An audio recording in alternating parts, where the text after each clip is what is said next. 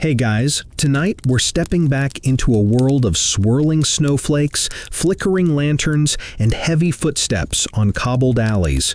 You're in Ottoman Istanbul. Yes, it snowed there. A city of minarets wrapped in cold mist, woolen cloaks brushing marble, and vendors hawking hot salep to crowds wrapped like particularly fashionable onions. You're bundled up, obviously, but it's not helping much. Ottoman winters weren't for the faint of heart. Chill winds sweep off the Bosphorus, and those decorative turbans, not known for their insulation. So before you get comfortable, take a moment to like the video and subscribe, but only if you genuinely enjoy what I do here. Feel free to drop your location and the time down in the comments. It's oddly satisfying to see where and when people are drifting off around the world. Now, dim the lights, maybe turn on a fan for that soft background hum, and let's ease into tonight's journey together. You shuffle down a narrow lane in the Fatih district. The sun's already ducked behind the domes of the Süleymaniye Mosque, and a crisp layer of snow is beginning to settle into the stone crevices. It clings to the arched doorways and flickers under the yellow glow of oil lamps. You pass by a scribe hunched beneath a wooden awning, blowing warm air onto his fingers. He's wrapped in a thick woolen kaftan, the hem crusted with half-frozen slush. The air smells like roasted chestnuts and damp wool, two scents that pretty much define an Ottoman winter. And yes, Istanbul saw snow, real, sometimes heavy snowfall. In 1621, a blizzard paralyzed the city for days. Historians still argue whether that year marked an unusual weather event or simply an early sign of the so-called Little Ice Age that nibbled at the empire for centuries. This wasn't Siberia, of course, but temperatures routinely dipped below freezing.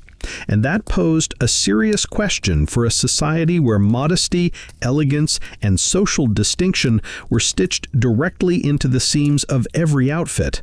How do you stay warm without sacrificing your style or scandalizing your neighbors? The answer is, you don't just wear clothing, you orchestrate it. Ottoman fashion during the colder months was a layered symphony. Tunics over undertunics, sashes upon sashes, a cloak draped just so. There was an etiquette to it all. Your layers said something. They signaled rank, gender, occupation, even mood. Darker shades for dignity, brighter ones for youth. If your neighbor's kaftan was saffron yellow in January, chances were they were either newly married or desperately clinging to their sense of humor. A porter trudges past you, hoisting a copper brazier filled with coals. He's wrapped in 3 visibly different layers, each one a little shabbier than the last. His outer garment, something like a heavy felt robe, flaps in the wind. You spot the edge of striped cotton peeking out from beneath it, the kind worn by working-class men year-round, but doubled up in winter. Still, the brazier seems warmer than his sleeves. By contrast, the man sipping tea on the second-story balcony above, he's hardly moving. He's got a cup nestled in his mittens, wrapped in a dark woolen faras, a kind of cloak often worn over other robes. He's probably watching the snowfall just to remind himself he doesn't have to go outside today. You pass a public fountain, frozen in mid-drip, its marble basin slick with ice. Above it, a carved inscription praises the generosity of the Sultan who had it built. Even the imperial family felt the bite of winter, though not equally. The Topkapi Palace, grand though it was, lacked the modern concept of central heating. In fact, many of the tiled chambers functioned like glorified stone refrigerators. So what did they do? Pile on the clothing. Sultans in winter often resembled luxurious nesting dolls.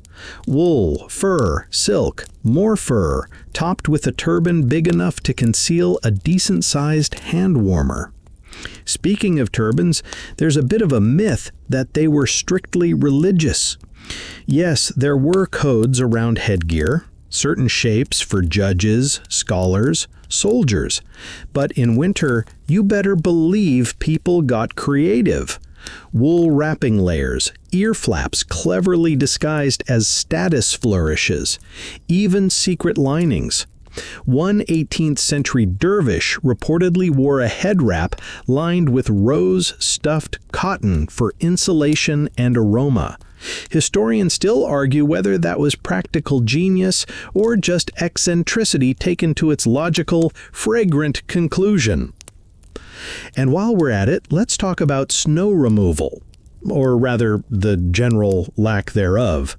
Ottoman cities didn't have snowplows, but they had neighborhood sweepers. Usually boys or older men paid a few coins to clear doorways and mosque steps with wide brooms, or, in deeper snows, just flattened wooden planks. Sometimes they'd wear thick goatskin boots and scarves, nearly mummifying their faces, looking like part-time shepherds and full-time fashion experiments. As you walk, your own feet crunch on the snow-dusted cobblestones.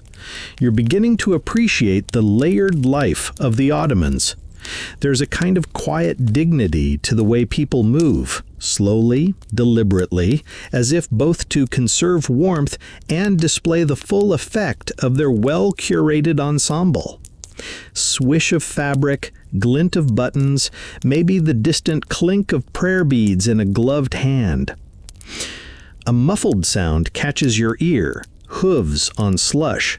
A postal rider zips by, his woolen cloak whipping behind him like a very chilly superhero. His saddle blanket, probably quilted, and under that his own multiple layers likely include a zibbin, a sort of long vest popular with travelers and outdoorsmen. You stop near a mosque courtyard where someone's laid coals beneath a metal tripod to heat a kettle. A group of men is gathered nearby, each wrapped in thick cloaks and sipping from tiny cups. One of them offers you a spot near the warmth. You decline. This is a dream, after all, and keep moving because you haven't yet reached the real fashion hub of winter, the Grand Bazaar. But that's for later. For now, just know that Ottoman winter style wasn't accidental. It was careful, creative, and surprisingly cuddly. They understood that staying warm didn't mean surrendering beauty, or rank, or the occasional scented undershirt. And as snow continues to fall over the city's crooked rooftops and winding alleys, you realize you're not just visiting a place, you're dressing for it. You've made your way deeper into the waking dream of a snow-frosted Ottoman city. The sun is long gone, and the snowflakes have picked up speed, swirling in small flurries under the high archways. You pause under the eaves of a tea house, shaking off the chill and watching as a bearded merchant carefully buttons up his outer robe. It takes him a full 20 seconds because there are many buttons. This isn't laziness, it's layer management. See, you're beginning to realize that no one in the Ottoman Empire walked around in just one outfit. It was layers. Always layers. Some scholars refer to it as a kind of mobile architecture. Clothing that builds on itself, structure by structure, to insulate the body and signal identity. You're not just getting dressed, you're layering your entire public presence, one sleeve at a time. Let's break it down. The first layer was usually an entari, a long, loose-fitting inner robe or tunic made of cotton or light silk. For winter, thicker cotton or brushed linen. That was your base. The Ottoman elite preferred their entaris to be soft and ideally fragrant. Lavender sachets, sprigs of clove, even stitched-in perfume beads. Yes, that was a thing. Historians still debate whether this was more about cleanliness or just competitive scent posturing at public gatherings. Over that came another robe, often the zbin, a close-fitting jacket or short coat. Think of it like the stylish insulation layer, the Ottoman version of your trusty fleece zip-up. Unlike modern fleeces, though, these could be embroidered, quilted, and lined with unexpected things. Camel hair, lamb's wool. On one occasion, a traveler wrote about a zbin lined with dried thyme leaves, again, for scent and allegedly insect repellent. Functional and tasty if you ever fell in soup. Above that, the kaftan. Now this was where things got dramatic. The kaftan was long, often flowing, and richly colored. It could be quilted for warmth or even stiffened with extra layers of silk. And yes, multiple kaftans could be worn at once. Wealthier Ottomans, especially those in court or administrative positions, were often buried with 5 or more kaftans layered on their bodies. In winter, it wasn't uncommon to walk around in 3. The innermost might be striped or plain, while the outermost was the pièce de résistance, ornate, fur-trimmed, and eye-catchingly regal. No zippers, of course, just long sashes tied in elegant, often color-coordinated knots. Belt culture was strong. And you're standing there trying to imagine how anyone could sit down in all this without crumpling like a historical throw pillow. But somehow they managed. Women, by the way, were absolute champions of the layering game. Court women might begin with the gemlek, a long undershirt made of fine linen or silk. Then follow with a pair of shalvar, wide, pleated trousers. Over that, a bashlik, a headdress, and sometimes a scarf, a vest, a robe, and finally a loose overcoat called the farache when venturing outside. You could hear a well-dressed woman coming, not by footsteps, but by the gentle swish of fabric, and possibly the jingle of hidden jewelry beneath all that warmth. There's even evidence, though scholars still argue over how widespread it was, that in certain regions of Anatolia, layered clothing doubled as padding for sleeping. If you had a long day in the snow and no money for a heated room, you didn't undress. You just curled up in your kaftans and hoped the mice respected your personal space. Now, here's the part you didn't expect. Those layers weren't only for warmth. They were social passports. Certain fabrics and colors were reserved for particular groups. Bright crimson, for example, might indicate official rank. Yellow shoes, only for non-Muslims in many parts of the empire, until the law relaxed. Fur-lined collars of ermine or sable, reserved for viziers and the upper ranks, though people definitely tried to sneak those into their outfits anyway. You pass a small textile shop. The windows are fogged with condensation, but you can just make out bolts of thick wool, camel hair blends, and an elderly tailor gently brushing a piece of velvet with the concentration of someone stroking a live cat. Ottoman tailors were among the most respected artisans in their neighborhoods, part practical outfitter, part social advisor. Need a lining that won't itch through 12 hours of prayer? He knows. Want a sash that says, "Married but still mysterious"? He's got you. The empire's wardrobe wasn't uniform across regions, of course. Istanbul fashion differed from that in Damascus, Baghdad, or Sarajevo. But the principle of layering? Universal. In fact, travelers in the Balkans during the 17th century often remarked that Ottoman officials they met in Sofia or Belgrade looked like they were auditioning for a winter play, so theatrical were their outfits.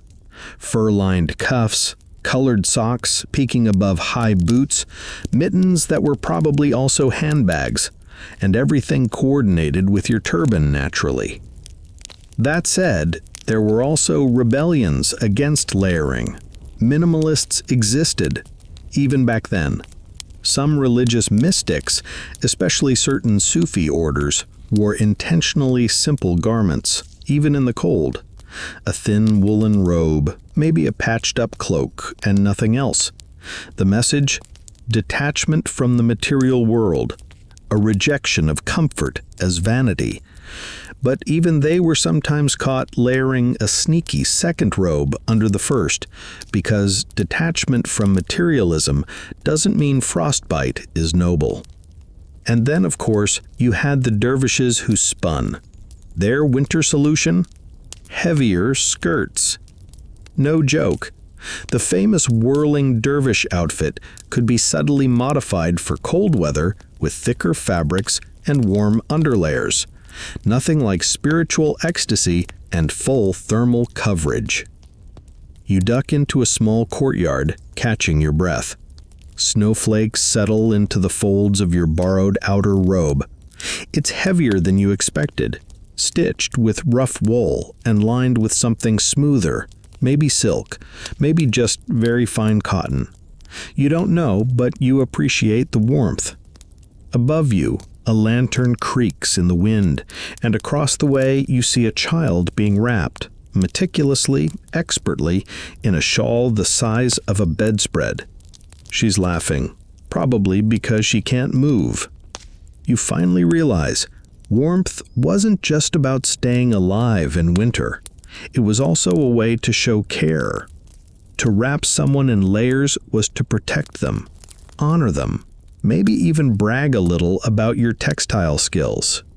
It was intimate and public, practical and ornamental. An empire draped in stories, stitched into sleeves. And the deeper you go, the warmer it gets. You're back out in the street now, wool brushing wool, snow gathering in the pleats of your outer robe. Somewhere behind you, a muezzin calls out the evening azan, his voice echoing through the frosted alleys like a lullaby for the city's freezing bones. You're still warm, though, mostly because your inner layers are doing the heavy lifting. And if you reach your hand inside the folds of your kaftan, smooth silk, cool to the touch at first, then slowly warming to your body heat. That's the secret, isn't it? Linings. Not the part of the clothing you show to the world, but the part that hugs your skin. The silent hero of Ottoman winter wear. So let's get intimate, textile-wise. Imagine peeling back the layers of an Ottoman garment and discovering not rough wool or scratchy felt, but silk, sleek, dyed, sometimes even embroidered on the inside. Why bother with luxury where no one can see it? Easy, because you can feel it. And feeling good was half the point. Ottoman fashion, even at its most modest, had a tactile logic. The outerwear could be heavy, patterned, soaked in indigo or cochineal red, but the inside, that was your personal luxury lounge. And silk wasn't just for the elite. Well, okay, the good stuff was. But lower and middle-class citizens also tried to incorporate softer linings into their clothing, using silk blends, cotton silk hybrids, or even repurposed scraps from worn-out saris or trade cloths. Some linings were made from second-hand materials because why let good softness go to waste? Silk wasn't only about comfort, though. It helped trap warmth, like a thermal barrier. The Ottomans may not have had thinsulate, but they knew how to layer fabrics with purpose. Wool on the outside, silk or fine cotton inside, sometimes even with herbs sewn between the layers. No, really, historians still argue whether this was more medicinal or just a good-smelling superstition. Lavender to calm nerves, rosemary for strength, bay leaves to ward off evil, and in colder provinces, clove or cinnamon for circulation. Basically, you were a walking spice rack with surprisingly good circulation. But linings also meant status. The right inner fabric could mean the difference between a respected gentleman and a social climber who just borrowed his cousin's coat. Take, for example, the royal kaftans preserved in Topkapi Palace. These garments, stunning brocades, stiff with gold thread, often hid a second life beneath their patterned shell. The linings? Fur, silk damask, sometimes stitched with silver thread initials, the Ottoman equivalent of monogrammed pajamas. And that brings us to fur. Yes, we're technically veering toward the next layer, but stay with me, because fur and linings were inseparable. Picture this. You open the sleeve of your kaftan and find it not just lined with silk, but with trimmed ermine. Clean, white, soft. Reserved for high-ranking officials, viziers, and sultans. And if that sounds too extravagant for everyday folks, don't worry. There were budget options. Sheep's wool, rabbit, even squirrel, particularly prized in the northern provinces and lovingly stitched into cuffs and collars where it would brush against the hands and neck. There's even evidence, though scholars squabble over whether it was fashionable or just practical, that two-sided garments existed, meant to be worn either inside out or reversed depending on weather and occasion. A heavy wool coat one way, a lighter silk robe the other. Kind of like a reversible hoodie, if your hoodie cost a fortune and required two servants to put on. One particularly vivid record from the 17th century describes a vizier's travel cloak lined with stuffed swan down. Swan down. Can you imagine? It's like wearing a cloud that whispers poetry directly to your shoulders. The text notes he wore it while journeying to Adern in January, where the snow was waist-high and the wine froze in its jar. Another reason warm linings were crucial. Frozen refreshments are only charming the first 5 minutes. It wasn't all about personal clothing either. The yorgan, or winter quilt, often used the same lining techniques, silk or velvet interiors, stitched herbs, even secret messages. Yes, really. One surviving quilt from the early 18th century was found to have prayers sewn into its seams, not unlike a soft, cozy talisman. Imagine being wrapped in warmth and divine insurance. And let's not forget the animals. Horses, camels, even donkeys had their own lined winter gear. Travelers heading east from Istanbul often wrote about pack animals wrapped in felt coats lined with cotton padding, ears tied up in wool caps, sometimes with miniature tassels for protection against the wind, or more likely to look fabulous. You duck into a quieter courtyard now, a little warmer than the street thanks to the high walls and flickering brazier tucked against the stone. A woman adjusts her fetache while her child sleeps beside her, layered in what looks like 4 tunics and a blanket-turned coat. She's gently pressing her palm against his back, not patting, just holding to make sure the warmth's still there. You get the sense that every stitch in her outfit was placed with care. The lining of her sleeves is quilted. You can see the little diamond stitches catching the lamplight. Handmade, maybe by her, maybe passed down, because linings weren't just fashion, they were inheritance. And let's not forget the animals. Horses, camels, even donkeys had their own lined winter gear. Travelers heading east from Istanbul often wrote about pack animals wrapped in felt coats lined with cotton padding, ears tied up in wool caps, sometimes with miniature tassels for protection against the wind, or more likely to look fabulous. You sit down beside the brazier for a moment. The cushion you rest on? Lined, of course. Probably silk beneath the rough cotton. Someone took the time to make sure even your seating had a bit of luxury. That was the Ottoman approach to cold. Not just endure it, but endure it with a little drama, a little comfort, and maybe a sprig of mint sewn into your sleeve. And as the snow continues to drift down over rooftops and wrap the city in its own white linen, you understand. Warmth was never an accident here.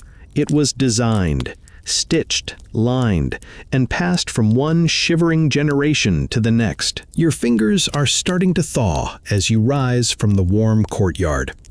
The snow's falling slower now, soft and lazy, like the city's exhaling after a long day.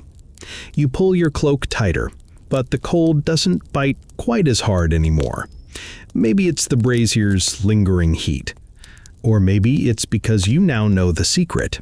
If you're dressed like an Ottoman in winter, you're basically a wearable building. And today we're adding fur insulation to that building. Fur in the Ottoman Empire was more than a winter accessory. It was a symbol, a story, a material that hugged you while also telling the world where you sat on the social staircase. Not all fur was created equal, and not all fur wearers were treated the same. There was a whole language to fur: who could wear what, where they could wear it, and how much they could get away with. Let's start with the heavy hitters: ermine, sable, and lynx. These were the showpieces. Think of them as the empire's version of the luxury SUV, soft, rare, and always noticed.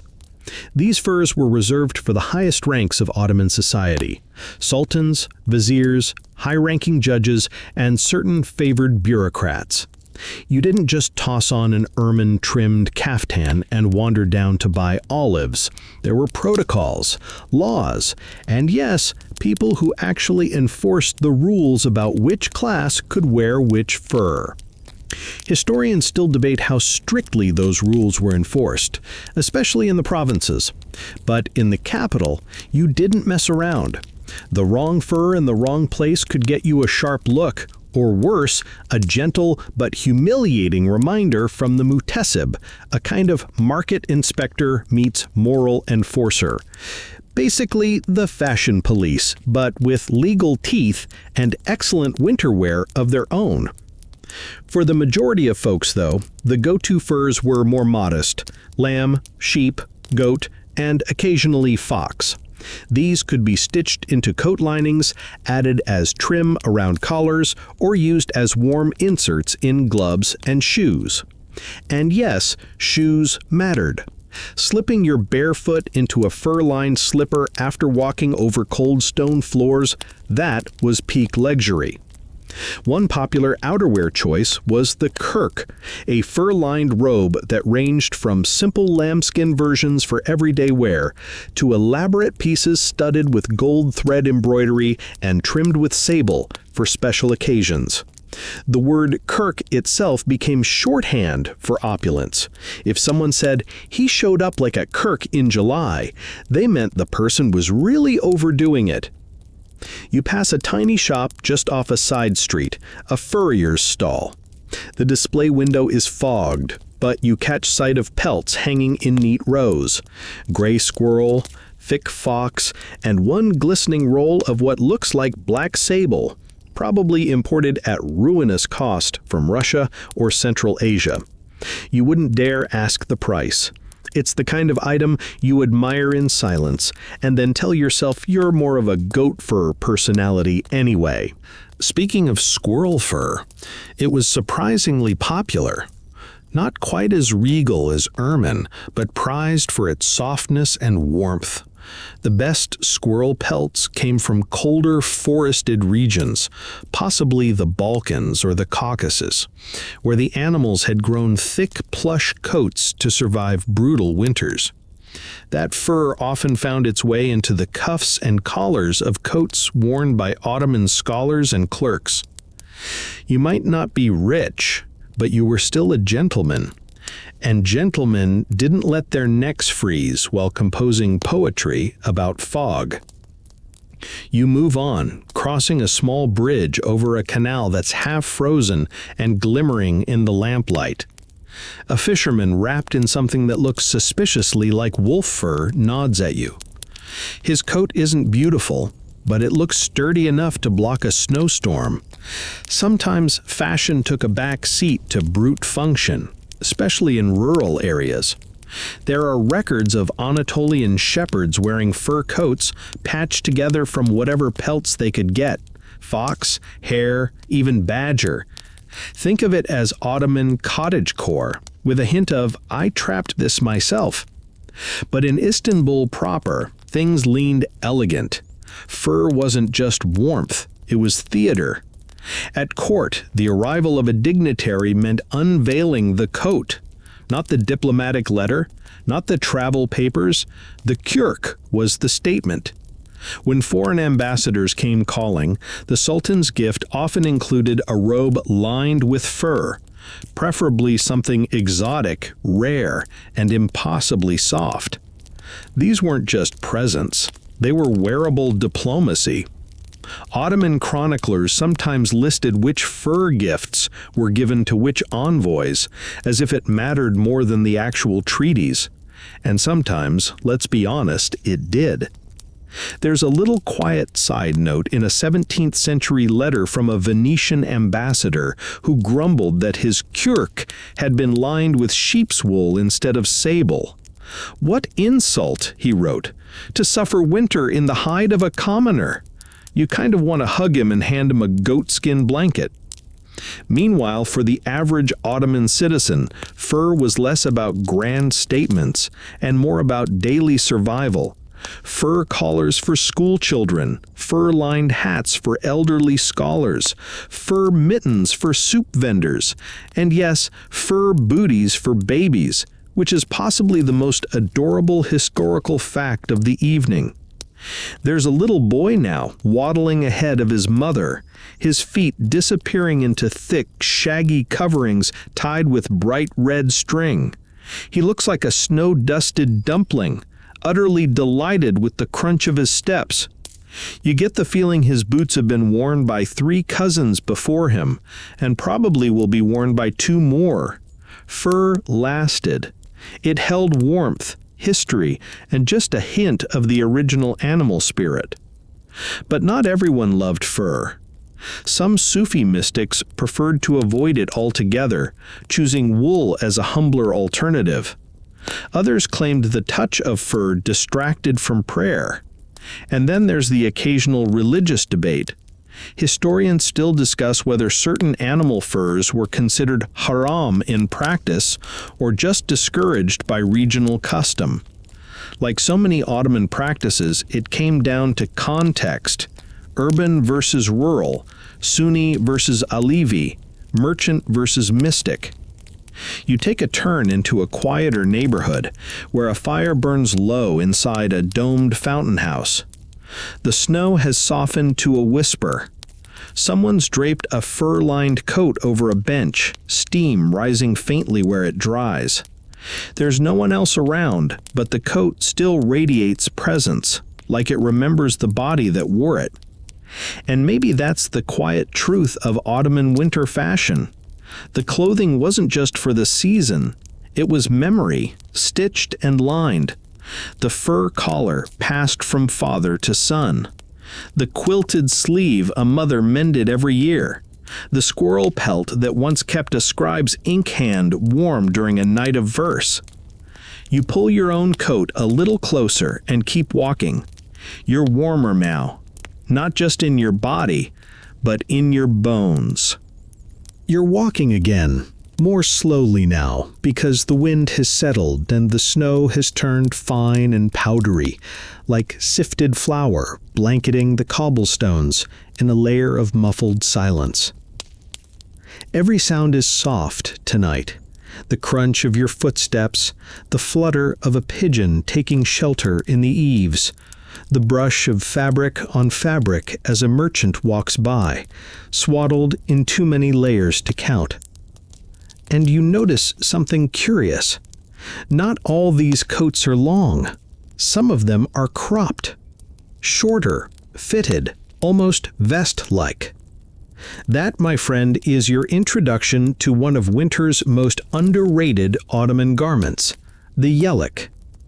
The yelek doesn't get the fanfare of the kaftan or the mystique of the kirk, but it's been quietly doing its job for centuries.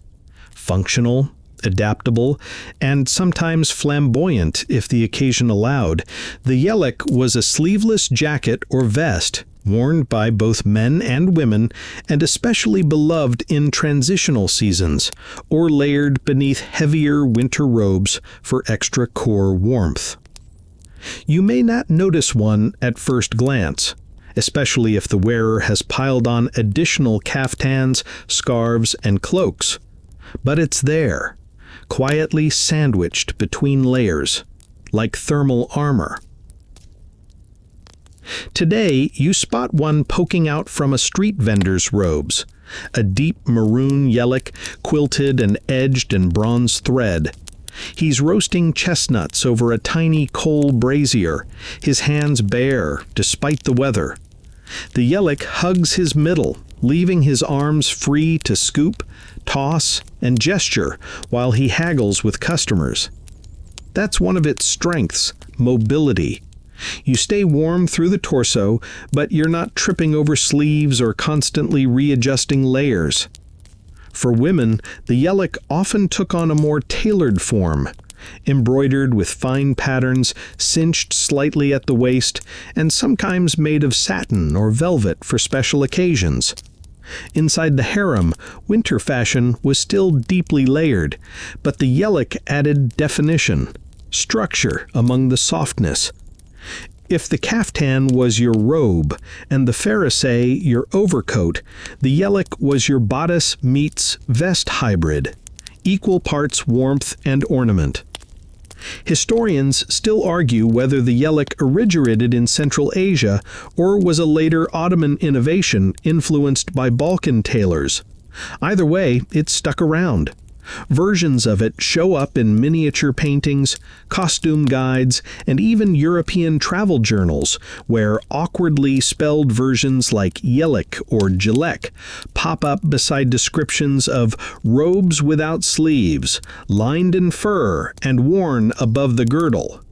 Sometimes they were modest and muted, dyed in natural tones, lined with wool, edged with hand-sewn braid. Other times, not so modest, especially in courtly settings where a young sultana might sport a yelek sewn with tiny seed pearls and cut from imported brocade, peeking out like a glint of mischief between outer layers. You pass a weaving workshop now. Inside, under the flicker of oil lamps, you spot a tailor's apprentice carefully rolling a bolt of thick cotton, while his master shapes a vest on a mannequin that looks suspiciously like an old chair with arms. They're discussing something, pattern alignment, maybe, but their gestures tell you this piece is going to be special. You can tell by the green velvet laid over the table. That shade, deep and mossy, was favored in winter for its visual warmth. You can almost feel it just looking at it. The yelek also served as a bit of personal expression, even in a culture where modesty and uniformity often reigned supreme. Its compact size made it perfect for experimenting with embroidery, piping, or fabric texture. And because it was semi-hidden under larger garments, it carried a bit of mystery. You'd only spot a friend's new yelek if they opened their coat wide to share a story or a joke. And here's a fun fringe fact for you. Some janissaries, yes, the elite military corps, were known to wear yelek-style vests under their uniforms, especially when off duty. Though strict about uniform regulations in public, in private, they had more leeway. Some wore quilted yeleks with inner pockets for keeping valuables close, or warming small flasks of boza, a fermented wheat drink that paired well with cold evenings and long guard shifts. Whether this was regulation or tolerated bending of the rules is, you guessed it, still debated. You're starting to appreciate the sheer amount of customization in Ottoman winter dress. Each piece, no matter how minor, had options. A yelek could be long or short, curved at the waist or boxy and flat, quilted or smooth, lined with cotton or silk, closed with toggles or buttons or a wraparound sash. There was no standard issue. It was winter wear a la carte. You pause outside a tea house where two elderly men sit playing backgammon beside a brazier. One of them wears a high-collared coat with the edge of a navy yelek peeking through the neck opening. He's chewing sunflower seeds with practiced rhythm, occasionally brushing crumbs from his chest with the back of his hand, revealing a flash of gold-stitched initials inside the vest's lapel. Maybe it was a gift. Maybe he stitched it himself back when his fingers were steadier. You'll never know, but that's the charm of the yelek. It's half seen, half imagined. By now you're trying to guess what sort of yelek you'd wear. Maybe something quilted but soft, deep brown with copper threads, lined with cotton and stitched at the seams with someone's initials, not yours, maybe your grandmother's. Or maybe you'd be the type to tuck a pouch of warm herbs in the inner pocket, just in case the walk home stretched longer than expected. You're moving again now, back into the night, warmed by layers within layers. The yelek may not be the star of the Ottoman winter wardrobe, but it's the secret heart of it, pressing against you like a whisper, close to your ribs, close to your breath. Because sometimes the smallest layer is the one that holds in the most heat and the most stories. The snow has tapered into a light dusting now, more decorative than defensive, and the sounds of the city are fewer, just the soft shuffle of slippers on stone, the occasional creak of a sign swaying in the wind. You're near the edge of the market quarter, and your attention is drawn downward. Not to a shop window this time, but to your feet. Or rather, everyone else's. Because if you really want to understand how the Ottomans stayed warm in winter, you've got to look low. Socks, slippers, and the very peculiar footwear choices of a world that took its floor-level fashion surprisingly seriously. Your own borrowed shoes are warm enough, but they're nothing compared to what's happening around you. A man steps past you in felt-soled slippers with curled toes and hand-stitched edging. You glimpse two layers of socks, the inner one wool, the outer one striped and ankle-high, knitted with a kind of flair that says, "Yes, I may be poor, but I have cozy ankles." Ottoman socks, chawed-up lar, weren't just foot warmers. They were miniature canvases. Seriously, if you imagine hand-knit Ottoman sock, you're probably picturing something beige, itchy, and vaguely potato-shaped. And you'd be wrong. They came in vivid colors, embroidered patterns, and materials tailored for season and status. Everyday folks wore coarse wool or goat hair, while finer classes wore blends of silk and wool, sometimes with a layer of cotton inside for softness. Yes, even their socks had linings. One sock from the 18th century survives in a museum today. Vivid red, with geometric banding and tiny floral motifs around the cuff. It's the kind of sock that would make your grandmother proud, and your toes sigh with delight. You take a seat on a stone ledge and loosen your slipper. Inside, a neatly folded fabric insole, probably cotton-wrapped felt, stitched with little cross-hatches.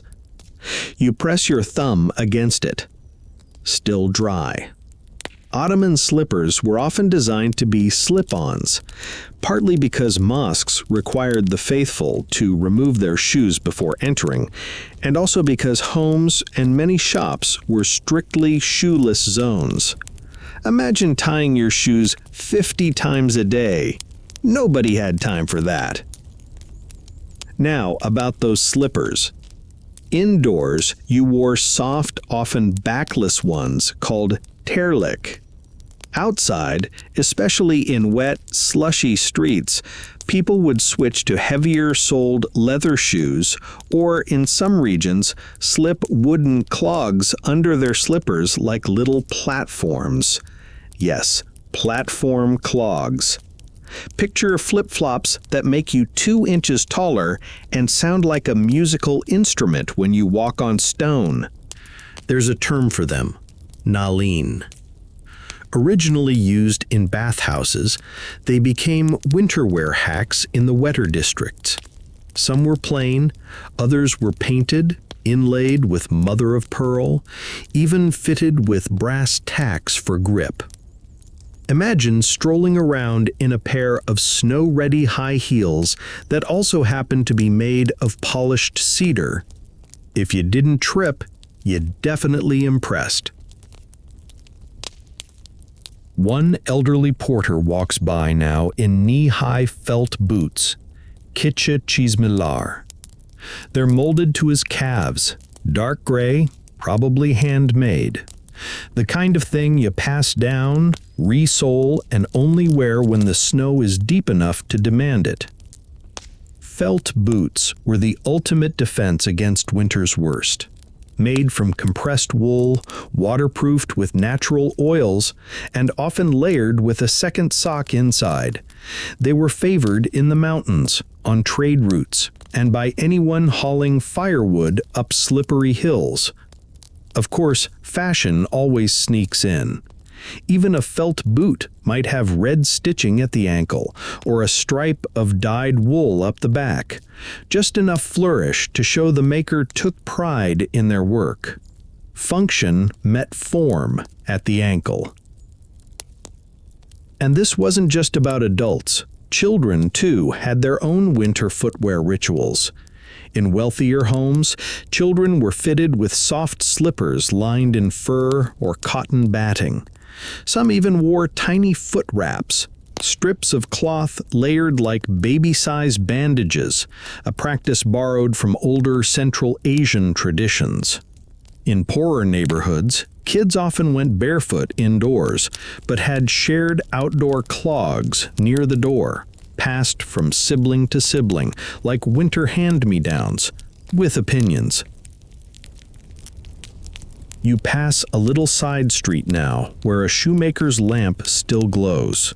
He's inside, squinting over a worn boot, patching it with care. A pile of soles sits to his left, some thick and stitched, others thinner, meant to go inside a slipper or be glued between 2 layers like a sandwich. His cat's asleep in a pile of felt scraps, probably warmer than everyone else in the building. Did everyone have warm shoes? Sadly, no. For some, especially the urban poor, it was a matter of improvisation. Wrapping fabric around feet, tying bits of leather with string, or layering straw into worn-out soles. There are heartbreaking references in court documents. One mentions a boy stealing a pair of slippers because his feet bled on the marble. But there's also a sweetness to how communities responded. Neighbors passed on old shoes, tailors added extra layers to the insides of boots for charity, and mosques often had donation bins filled with gently worn winter footwear. A city in layers, a city that shared warmth when it could. You stop near the public bathhouse entrance, hammam. There, a young man is dusting off a pair of bath clogs with practiced ease. He'll change soon into nalin, waterproof, elevated, and a little theatrical. Bath footwear had its own winter protocol.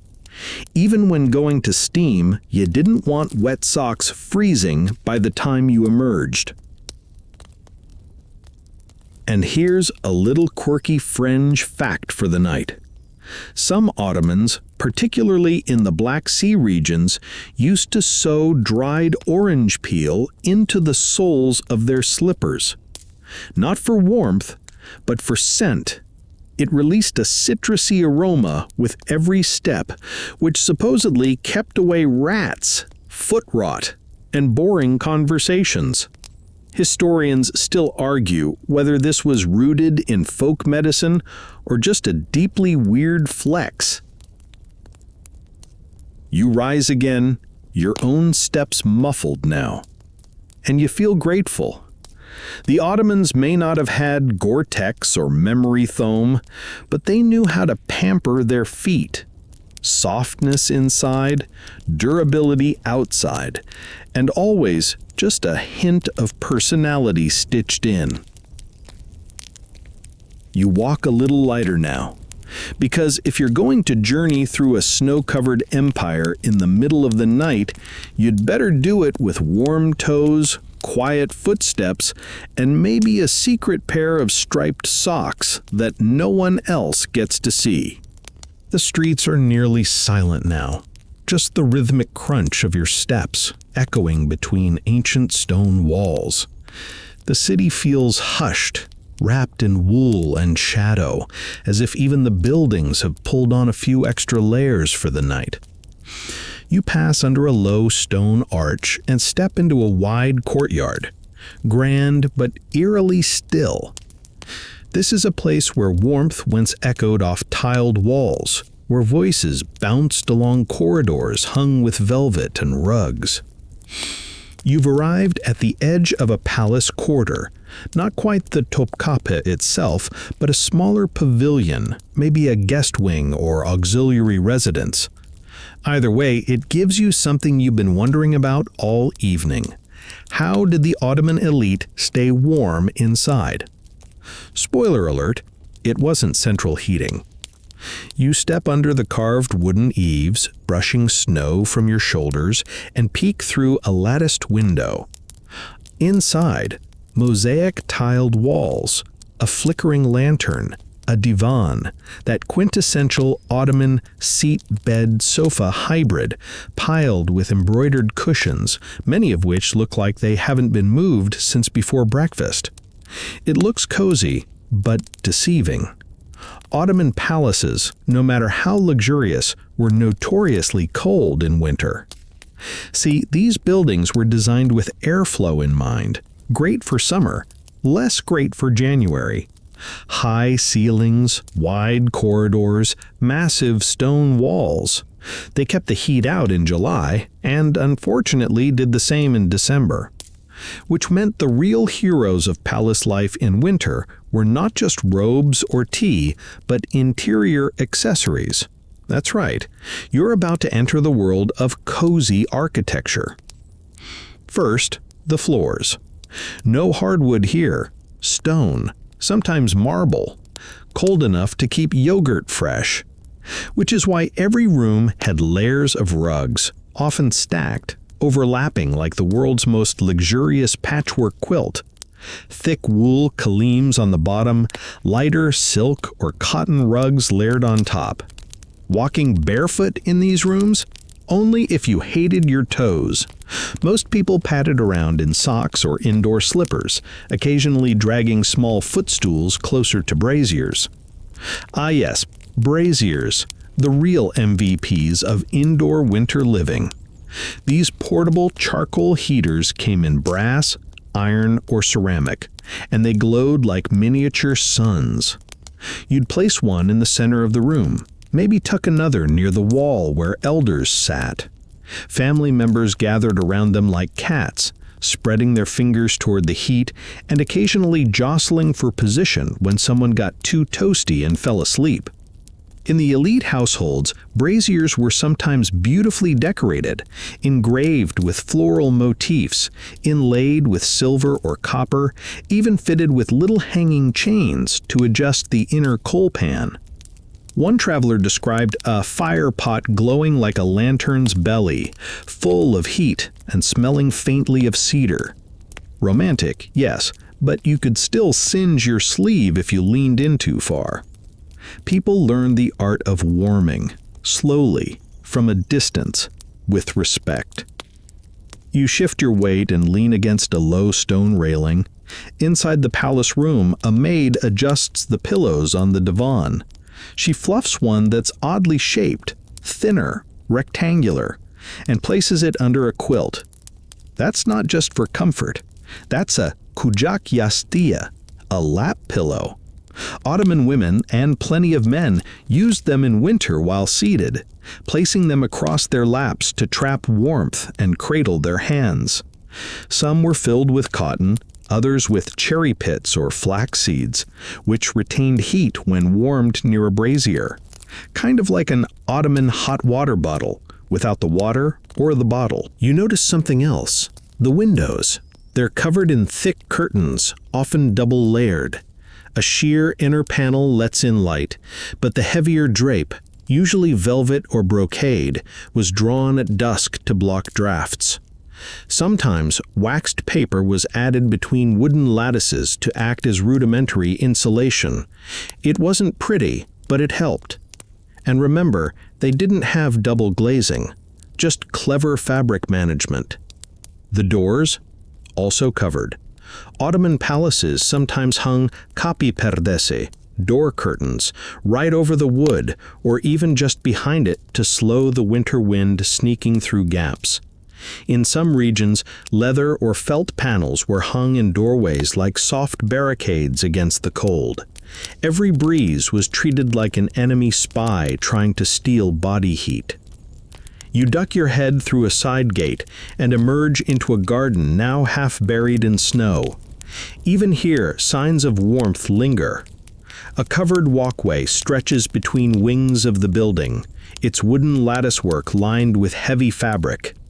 That's a sofa, not the couch, but the covered corridor, a kind of architectural sleeve. And even in winter, it was used because the cold didn't stop people from walking between buildings. It just meant they did it faster, wrapped in 3 layers of kaftan and possibly grumbling under their breath. One peculiar feature you might not expect? Portable walls. Yes, in some wealthier households, residents used large, thick folding screens to divide rooms during winter. These screens, often padded or draped with textiles, weren't just decorative. They shrank a room's size, helping trap heat around the divan area. You weren't heating the whole palace. You were heating a cocoon inside it. And in the most intimate corners of winter life, like sleeping rooms or private libraries, Ottomans employed another trick, the yorganlık, essentially a quilt chest. It wasn't just storage, it was a signal. When the yorganlık was opened, it meant sleep or deep lounging. Out came the thickest quilts, stuffed with cotton or wool, covered in stitched silk, sometimes so heavy they needed 2 people to fold. You weren't just getting under the covers, you were diving into a woven fortress of warmth. Even the ceilings contributed. In rooms designed for winter use, the central dome might be fitted with wooden lattices or intricate wooden grills, not just decorative, but slightly lowering the height and reducing echo. Some historians believe these wooden inserts also help to soften the feel of a room, psychologically warmer, even if the temperature remained unchanged. Call it Ottoman hygge. You glance once more into the tiled room, now bathed in lamplight. Someone's brought in a tea tray. A gentle plume of steam rises from the cups, curling toward the carved ceiling. And there's that unmistakable sound, the slow rustle of a quilt being unfurled, somewhere just out of view. Maybe tonight's guest gets the good yorgan, the one with the paisley stitching and soft mulberry lining. You smile, because here's the truth. Warmth in an Ottoman palace wasn't blasted from vents or pumped through radiators. It was layered, just like their clothes. A divan piled high, a window double draped, a brazier gently purring at the center of the room. Coziness wasn't a side effect. It was a deliberate act. One stitch, one coal, one heavy cushion at a time. Slippers whispering across stone, smoothed by centuries of footsteps. The wind picks up again, playful now, curling around corners and catching the edge of your robe. But you're warm, bundled in your quilted layers and wrapped in borrowed elegance. You've explored the noble hearth, the merchant's robe, the slipper of the street vendor. But now it's time to examine the most surprisingly stylish sub-zero warriors in the Ottoman world, the Janissaries. Yes, the Janissaries, those elite infantry troops of the Sultan. Trained from boyhood, disciplined to the edge of fanaticism, and known for their dazzling uniforms and steady formations. When they marched in silence, heads held high beneath their tall felt hats, every inch of their clothing as calculated as their steps. And as you're about to find out, they had winter uniforms that were just as functional as they were fashion-forward. You're near the outer walls of the Janissary barracks now, massive, fortified, austere. But peek just past the guards and you can see flickers of life. A brazier glowing in the corner of a courtyard, a stack of firewood leaning against a wall, and most importantly, the swirl of thick, military-grade cloaks. A Janissary standard-issue winter garb began with the zibbin, the inner tunic, which you already know well, close-fitting, sometimes quilted, usually made of wool in winter. Over that, they layered the dalama, a wraparound robe with wide sleeves and sometimes a striking color. Dalamas in winter could be lined with fur or padded with cotton. Colors mattered. Deep blues, iron grays, crimson for officers. Nothing was random. The Janissaries understood that clothing was part of the message. It said, "I'm part of something larger, and I can march in snow better than you can." The outer layer? Enter the kapaniche, a military overcoat resembling a thick cloak with an asymmetric cut. It often wrapped across the chest and fastened with toggles or bone buttons, the kind you could undo with gloved hands. Practicality met drama here, because these coats looked incredible. Picture long sweeping lines, heavy hoods, and collars trimmed in fur. Officers often had theirs custom fitted, with felted wool so dense it could stand upright on its own when laid out to dry. And what about those famous Bork hats? You might picture the towering white felt hats of ceremonial Janissaries, tall, wrapped, and topped with a plume or metal badge.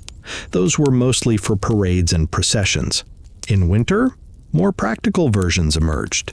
Thick wool caps lined with fur, often shaped like half helmets, with flaps that could be lowered over the ears or tied beneath the chin. Think of them as the Ottoman military's answer to the trapper hat. Stylish, warm, and still make you look intimidating. There's a soldier sitting near the barracks wall now, his face ruddy from the cold, steam rising from a tin bowl in his lap. He's wrapped in a felt cloak lined with what looks like fox fur, the edges scorched slightly from too much time near open flame. He doesn't seem bothered. He's eating slowly, watching the snow fall, and you realize something. Even warriors needed to stay warm with dignity. One surviving piece of Janissary winterwear is preserved in a museum today. A cloak with wool on the outside and velvet on the inside, deep purple, trimmed in copper thread. It was likely ceremonial, but evidence suggests that regular soldiers had simpler versions of the same idea. Practical outerwear didn't have to be ugly. The Janissaries proved that you could layer like a soldier and still look like a character out of a painted miniature. And let's talk boots. Unlike city dwellers, who toggled between slippers and platform clogs, Janissaries wore sturdy leather boots, laced or buckled, with thick soles and sometimes felt linings. Some had hobnails for grip on icy streets.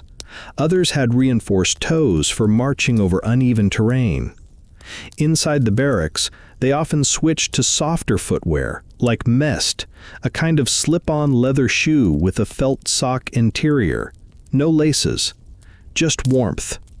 Foot wraps were common too, strips of cloth wrapped around the feet before the sock for extra insulation and to prevent blisters. Janissary archives even include fabric allotments for these wraps, suggesting that, yes, even elite troops had to inventory their socks. Here's something quirky. Janissaries often carried belted pouches, not just for weapons or coins, but for personal items like cloves, dried fruit, or fire-starting materials. In winter, some soldiers kept spices or warming herbs tucked into these pouches, including cinnamon sticks or dried orange peel. Why? For chewing during long watches, warming the breath, or just making guard duty less boring. Historians still debate whether these were officially sanctioned or just tolerated acts of comfort. You pass a training yard now, mostly empty but marked with scuffed footprints in the snow. One side has a target board, the other a row of wooden poles for sparring. Off to the side, a pile of winter gear, cloaks, extra tunics, a few hoods hanging to dry. Even warriors needed to delayer occasionally. Some of the youngest recruits, achemioglin or novice boys, could be seen in slightly oversized winter garb, hand-me-downs from older soldiers, or standardized kits issued at the barracks. You spot one now, probably 13, trying to adjust his sleeves without dropping the kettle he's carrying. His wool hat is askew, but his cloak is fastened perfectly. You nod to yourself. He'll be fine. Anyone who can pour tea in snow with sleeves that long has a future. And here's the part no one expects. Janissaries had uniform inspection ceremonies where they were required to appear in full winter kit. Officers checked the thickness of padding, the condition of boots, even the alignment of belt pouches. Clean, orderly, warm, always ready. The goal wasn't just discipline, it was to project strength through visual cohesion, even in freezing weather. As you exit the barracks edge, snow swirling again, you hear faint drumming, the Janissary band practicing somewhere deep inside. Not a full march, just the steady tap of a hand drum, like a heartbeat in wool. And you think, these soldiers weren't just fighters. They were performers, diplomats, guardians, symbols. And their winter uniforms? As elegant and effective as a perfectly thrown cloak over a freezing battlefield. You wrap your own robe tighter and step into the night again, half expecting a parade to appear. But the street is empty. Just you, the snow, and the ghost of marching boots. The snow has settled into the quiet sort of fall now. Small, content flakes drifting like lost embroidery threads from the sky. Your hands are warm inside your sleeves. Your slippers have found the rhythm of the city's pulse, and you've started to notice the people moving past you again, like little vignettes stitched into the city. A man clutching a basket of eggs wrapped in a scarf. A pair of teenage boys wrestling over a hot simmet bread. A woman in a dark cloak stepping carefully around a puddle. And then you see her. Wrapped in velvet, her feet silent beneath long skirts, she turns a corner into a narrow alley near the walls of the old palace complex. A flick of gold thread at the edge of her headscarf catches the light. Her outer robe, midnight blue, billows slightly as she walks, and for just a second she looks less like a person and more like a shadow sewn out of silk. That, right there, is the essence of imperial women's winter fashion. Soft, elegant, guarded, and absolutely gloriously layered. Because make no mistake, the women of the Ottoman court may have lived behind latticework and protocol, but when it came to winter clothing, they were stylish survivalists. You trail her steps, not too close, dreamlike now, into the memory of the imperial harem, not the scandalized version painted by Western artists, but the real one, a world of hierarchy, language, duties, and complex layers of textile life. A place where sultanas, concubines, servants, and governesses all had their own winter wardrobes. And yes, they shared. And yes, they gossiped about whose kaftan was secretly quilted with goose down. You would too. It starts, as always, with the base layer, the gumlek, a linen or cotton chemise. In summer, it might be near sheer, but in winter, thicker cotton, brushed inside, sometimes double-layered. Over that came the shalvar, those voluminous gathered trousers tied at the waist and ankles, perfect for trapping warmth and accommodating more layers underneath. Some wealthier women reportedly wore 3 pairs at once, which basically made them the original puffer pant enthusiasts. Then the antari, a robe-like layer with buttons down the front, silk or velvet, depending on status. And here's where it gets interesting. Winter antaris were often padded, stitched in diamond patterns with cotton batting inside. If done subtly, it looked sleek. If not, you waddled slightly while walking, though that was seen as charming, especially among the younger women. Like a swan wrapped in clouds, one poet once wrote. He may have been describing his cousin. Above the antari came the kaftan, of course, sometimes plain wool, sometimes brocade, and almost always lined with fur in colder months, ermine, fox, lamb, trims of squirrel around the cuffs, and in at least one record, the sleeves lined with silk woven from threads dyed in crushed pomegranate skins, rich red, soft enough to make your wrists feel kissed. You pause at the entrance to a side courtyard. The snow has been swept here, revealing a mosaic floor. In its center sits a brazier, surrounded by stools. One is still warm. A discarded cup of salep rests on the ledge, sweet milk clinging to its rim. The scene almost glows. This is where women might gather, safely away from the coldest parts of the palace, to embroider, talk, and yes, brag about their winter wardrobes. Don't forget the fetase, the outer cloak. In the city, it was required wear in public, especially for women of high rank. Winter fetases were made of thick wool or camel hair, often dyed in rich earth tones, dark greens, burgundy, rust brown. They were lined with fur or quilted cotton and fastened with braided cords. Some had hidden pockets sewn into the lining, a place to store handkerchiefs, prayer beads, or little squares of saffron-scented cloth to sniff during particularly long processions. Historians still argue whether these pockets were common or a luxury. Some claim every noblewoman had them. Others suggest they were rare and treasured like fine jewelry. Now, of course, let's talk headwear. Unlike their male counterparts, women didn't wear tall turbans in the imperial household, but they absolutely had a layered system. First, a close-fitting cap, then a light scarf, then a heavier basortu or yalik, depending on regional style. In winter, these might be lined with silk or brushed wool, and yes, even scented.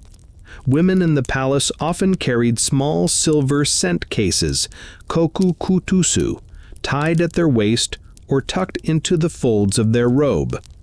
These held clove-studded cotton, rose petals, ambergris-soaked beads, anything to keep the winter air pleasantly perfumed. You can almost smell it now. Faint clove, sandalwood, and something sweet like baked quince.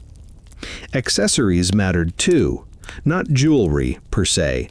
That was mostly reserved for formal events. But hand coverings, soft wool gloves for the very wealthy, or eldieven, simple knit mitts with fine embroidery. And don't forget the indoor wraps, large shawls made of woven silk and wool, draped over shoulders during quiet hours, or wrapped around legs when sitting near the brazier. These wraps were a kind of transitional piece between clothing and blanket, between duty and rest. And yes, children were bundled as well. The small sons of concubines wore miniature versions of the courtly kaftan, fur trim and all, while daughters sported tiny shalwar and quilted yellik vests. There's something delightful about imagining a toddler trying to toddle in 3 layers of linen and 2 layers of attitude. As you move through the courtyard, you notice the soft glow of an open door. Inside, the walls shimmer with chini tiles, blues and whites catching the lantern light. There's laughter in the room beyond, faint and melodic, like a lullaby wrapped in velvet. You know that just out of sight, someone is brushing her fingertips across the stitched hem of a quilted robe, debating whether she'll wear it again tomorrow or switch to the one with the satin lining.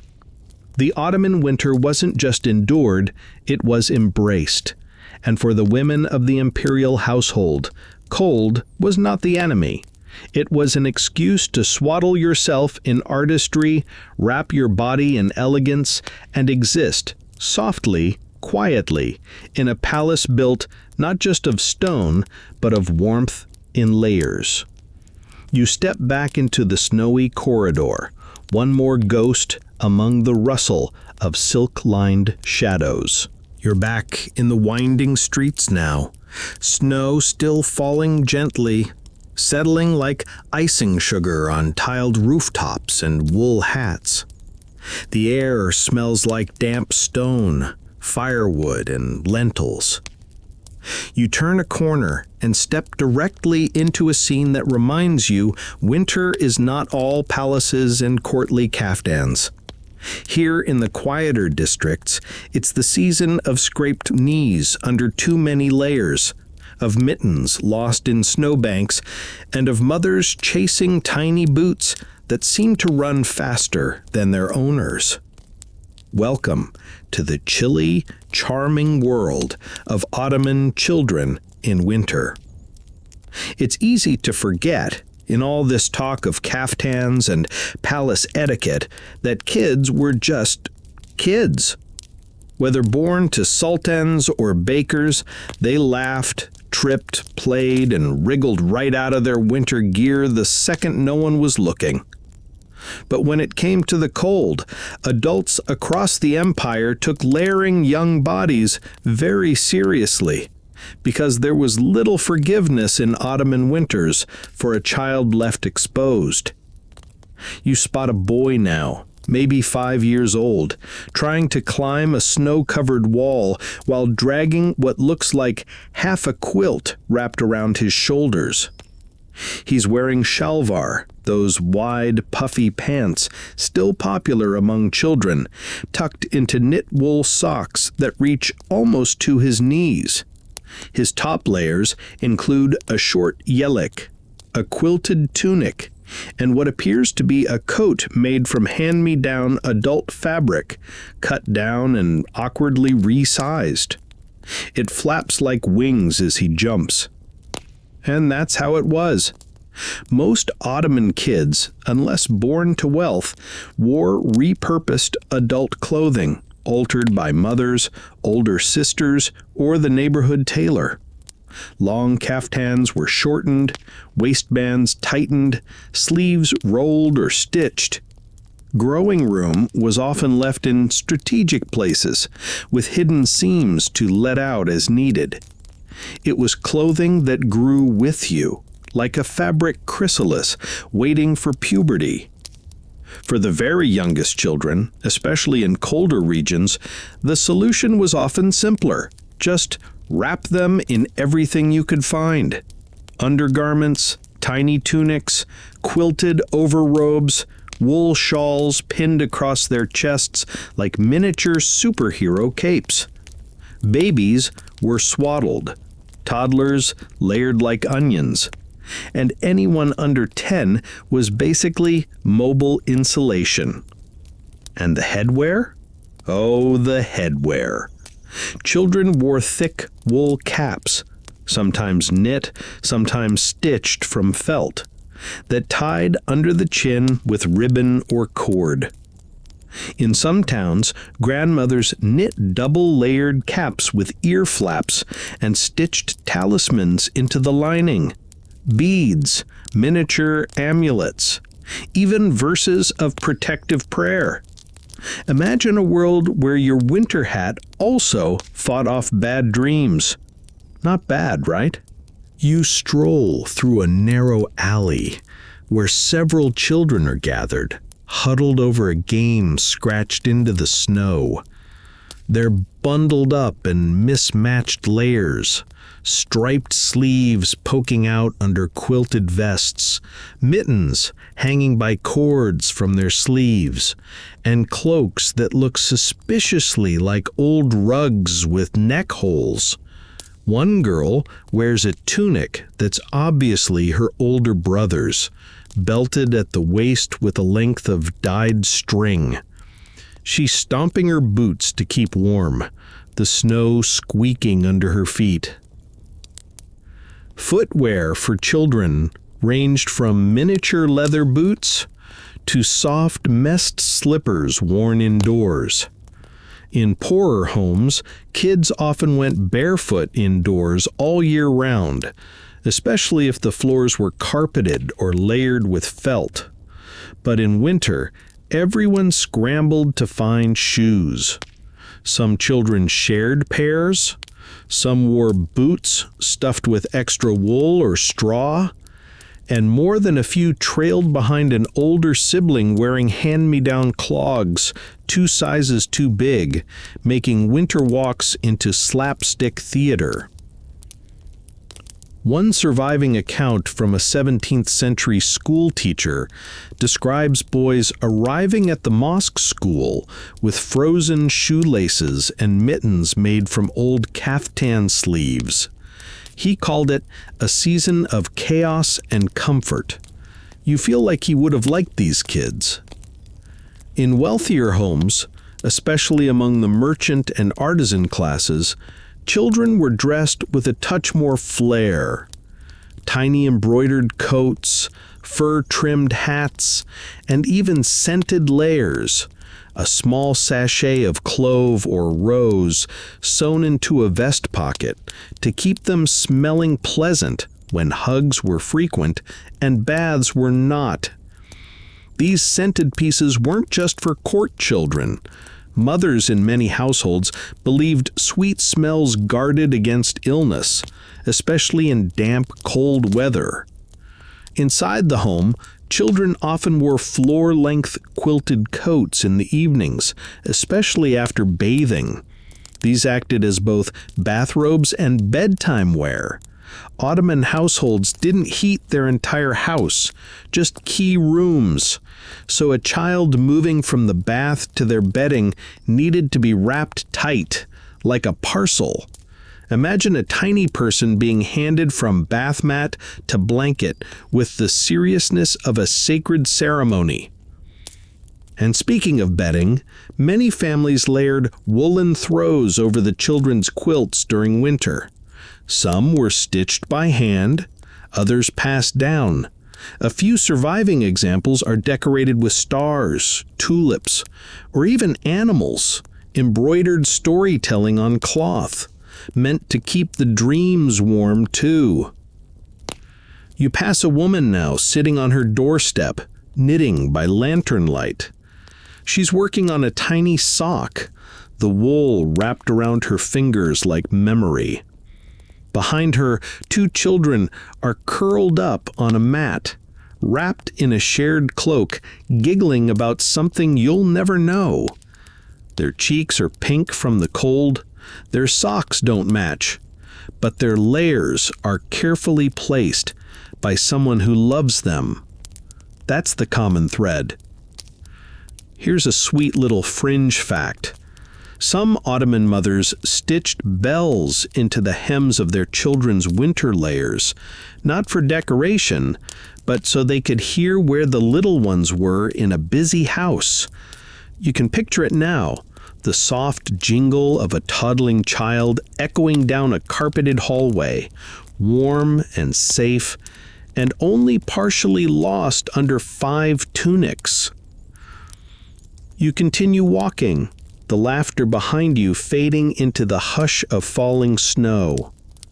The clothing of children, like their lives, was made to be resilient and soft, meant to outlast the cold and the climbing and the constant growth. It was warmth not just for the body, but a promise. You are held. You are layered. You are loved. Your steps lead you back toward the heart of the city now, where narrow alleys begin to widen, and the smell of roasted meat, firewood, and honeyed pastries lingers in the air. You're heading toward the market districts, where the real choreography of winter unfolds. Not with grand cloaks or courtly rules, but through the steady rhythm of everyday people dressing for survival, movement, and maybe even a little flair. Here's where the fashion gets messy, real, glorious in its contradictions. Because Ottoman street style in winter wasn't just about staying warm, it was about function, in motion, the art of layering for work, worship, gossip, and occasional low-speed chases involving runaway chickens. You enter a broad plaza ringed with shops, the cobblestones half-shoveled and slushy. Stalls are still open despite the hour, their vendors huddled under awnings with layered coats and mugs of something steaming in their hands. And you can see it right away. Everyone wears the season differently. A bookbinder squints over his work, his sleeves rolled and pinned above the elbow, revealing a padded zibbon underneath a spotted wool kaftan. His head is wrapped in 2 scarves, one for warmth, one for style, and his feet are planted in mismatched boots, probably worn in by decades of sidewalk weather. Practical, familiar, quietly perfect. Near him, a mother shops with her 2 children. She wears a faded fireplace, cinched tightly with a worn belt, and her inner layers peek out in flashes, a patterned antari quilted in large diamond shapes, and a colorful wool scarf covering her neck. You can tell she's upgraded a summer outfit with clever layering. Winter wear by improvisation, one second-hand miracle at a time. And there's the celeb vendor, standing beside his ornate brass urn that sends puffs of steam into the air. He's wrapped in at least 3 garments, a quilted vest, a kaftan, and a thick wool cloak pinned at the shoulder with a brooch that looks homemade. His mittens hang from a string around his neck, because losing one mitten is a tragedy, but losing both is a scandal. He hands a cup to a customer, adjusting the strap on the urn's harness. It presses into his chest, worn over his cloak like winter armor. Winter markets had their own dress code, defined not by law, but by rhythm. You layered for errands. Warmth, yes, but also movement. Your coat needed to open quickly if you stepped into a shop. Your head wrap easy to loosen near the brassiere. Your sleeves short enough to count coins or catch bread from a vendor's hand.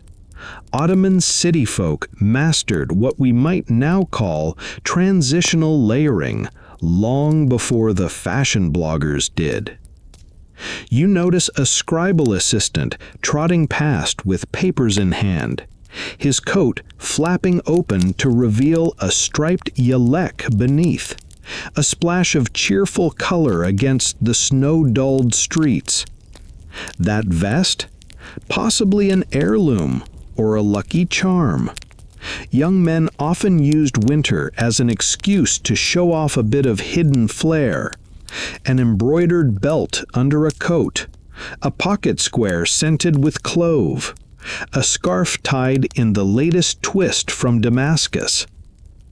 Historians still debate whether Istanbul or Cairo had more stylish winter streetwear during the 17th century.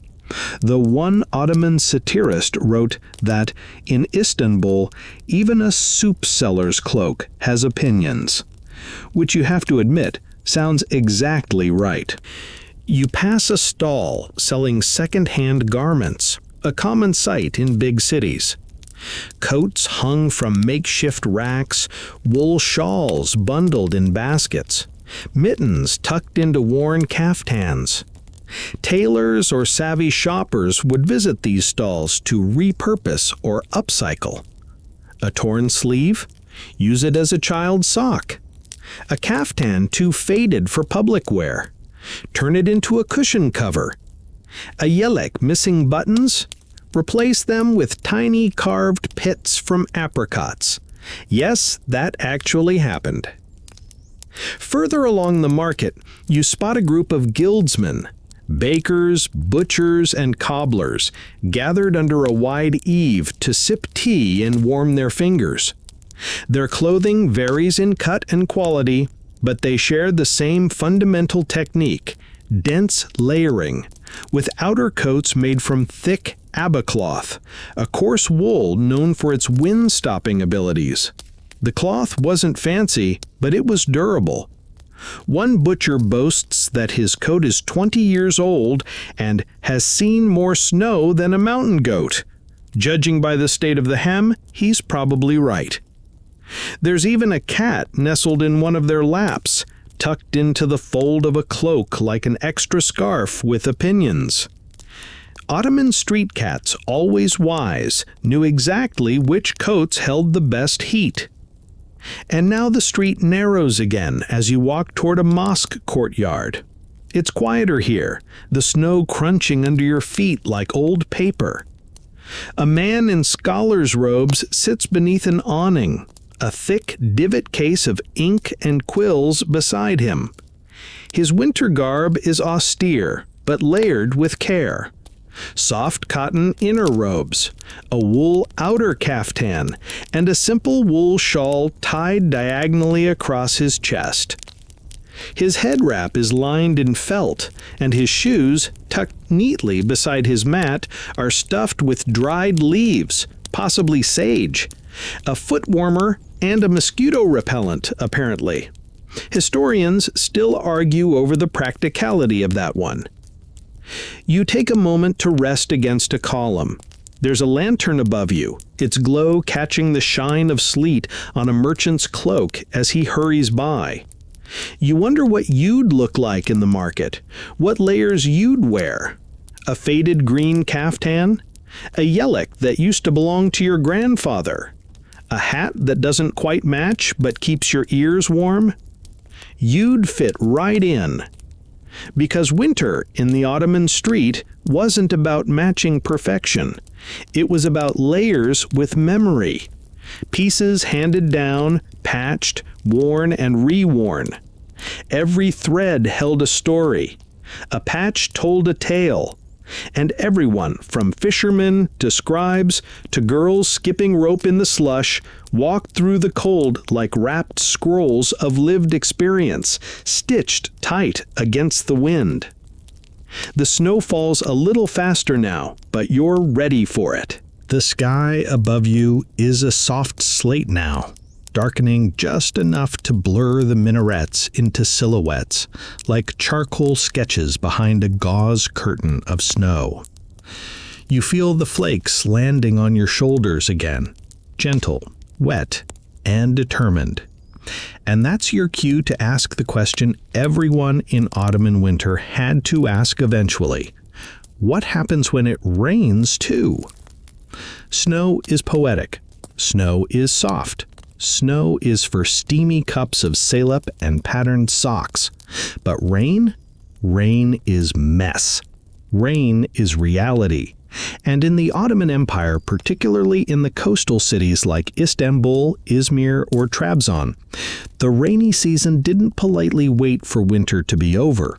So, naturally, the Ottomans came prepared with a wardrobe of capes, cloaks, and creative hacks for those wet, gray days that turned cobbled streets into slow-moving puddles. You pause under the wooden eaves of a shop, now closed for the night, and across the street a figure moves like a shadow with a sail, his yalek flapping in the wind. That's the first thing to learn.